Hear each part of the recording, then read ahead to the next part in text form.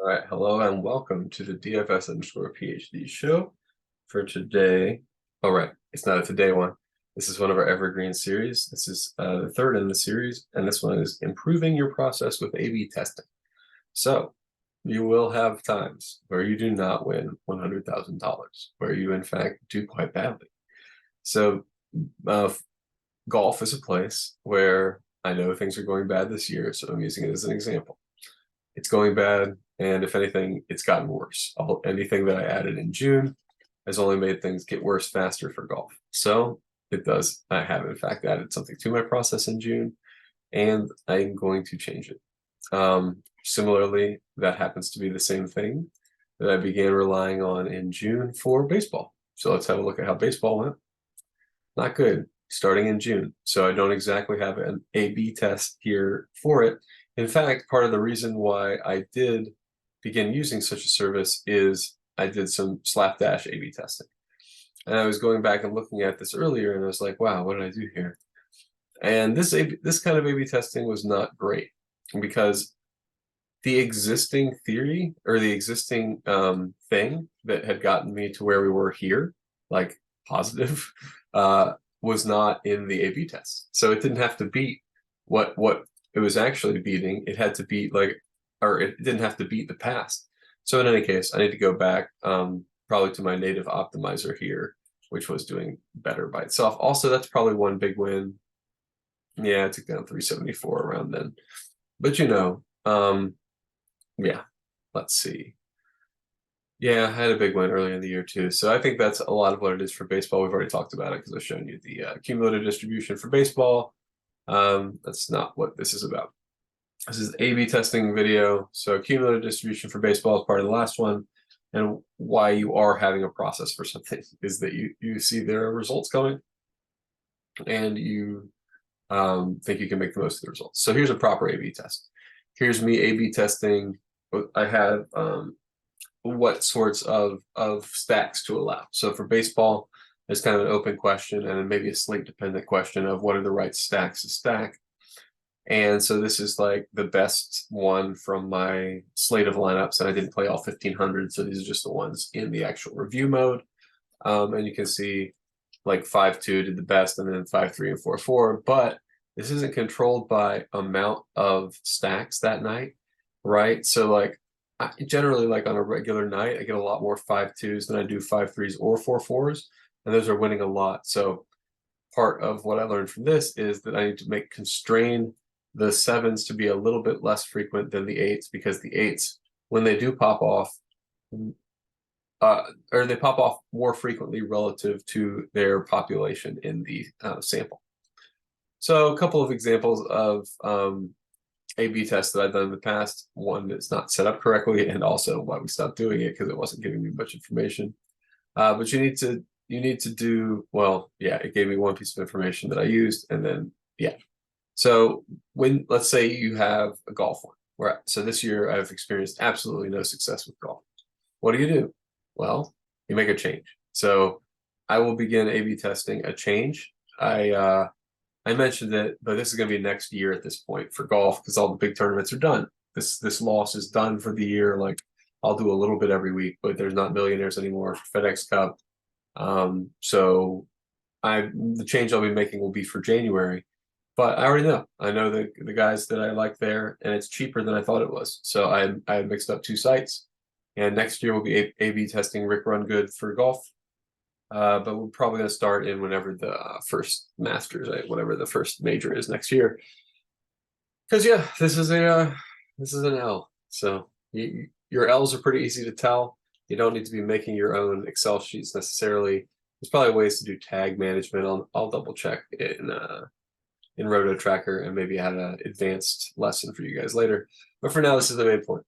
If you have data you don't like, and I mean, let me show you obviously why I give it. I'm good at other stuff. So I'm good at basketball. I'm good at football. And also, I would just say these are the places where there are the most contests and the most chances to win. So it's possible that I'd be good at these other things too if people would just, have competitions at them.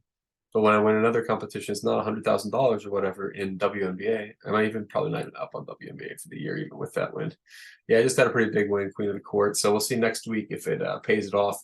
Might get the get WNBA into the positive, but so far this year has been a lot of bad luck. But yeah, so mostly NFL and NBA. I don't think MMA is all bad. Wow, not that bad. Okay. Yeah, I think I have some good strategy for MMA, but it relies on underdogs winning, which doesn't happen much. And when it does happen, I'll smash. Okay, so yeah, that's about what I have to say about A/B testing. You should do it, and you should do it often.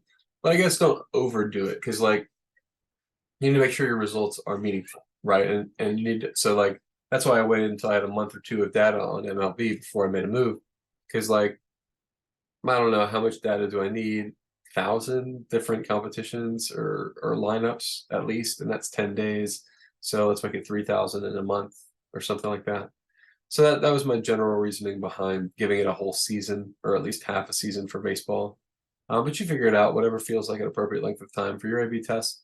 But make sure to constantly be A/B testing. It's just like with freaking business, man. If you're in charge of whatever component of business and you're not A/B testing, you're falling behind. And that's the same thing with your personal business. You need to be making sure. I mean, like, if it's working, I don't need to do no A/B testing. You know what I mean?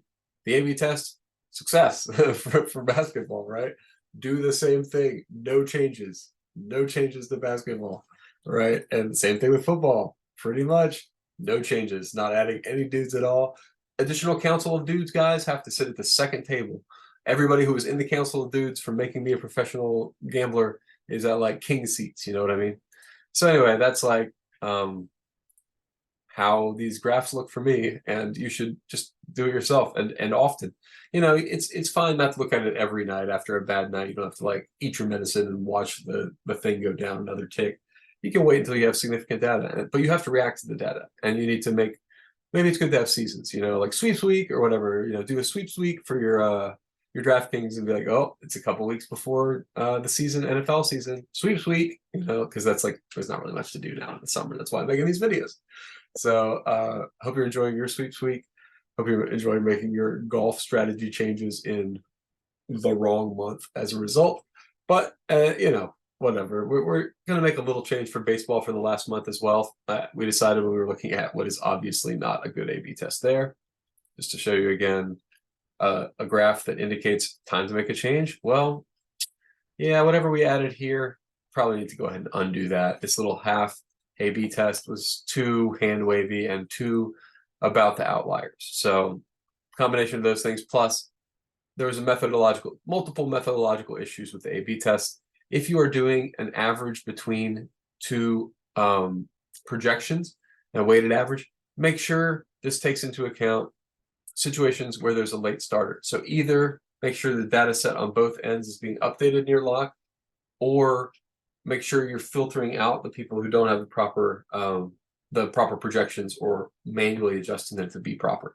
Because I realized that was unnecessarily hurting my weighted projections, is that a lot of times we were waiting in a zero from a guy who wasn't expected to start at the time when the one of them would have been making their projections. So anyway, run A/B tests. Make sure you keep your data clean and keep running A/B tests. And you saw the caveats. The caveats are run A/B tests until you have a process that is printing money. When you have a process that's printing money, that's me printing money. I'm running the printer. I'm running the printer with my hands like this because I have a little manual printer that runs like this. So anyway, when you get the money printer out, you just say, hey, I can't wait for basketball season. Let's see it. Can't wait for basketball season.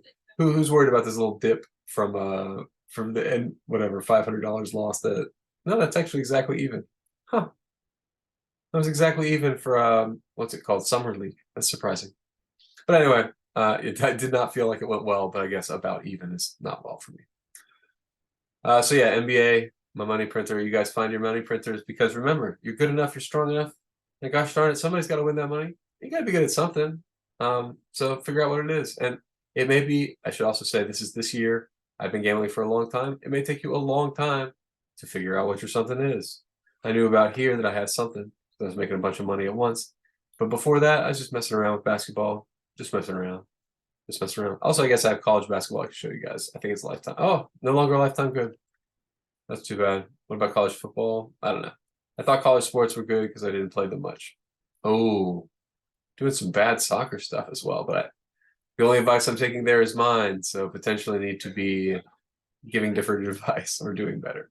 Nah, I was just messing around a lot. I'm sure a lot of these losses were, right after I won all that money. I was just playing around, but it's important, every single one of these different hashtag or hashes that you play has a different piece of information that you can choose, that you can learn from.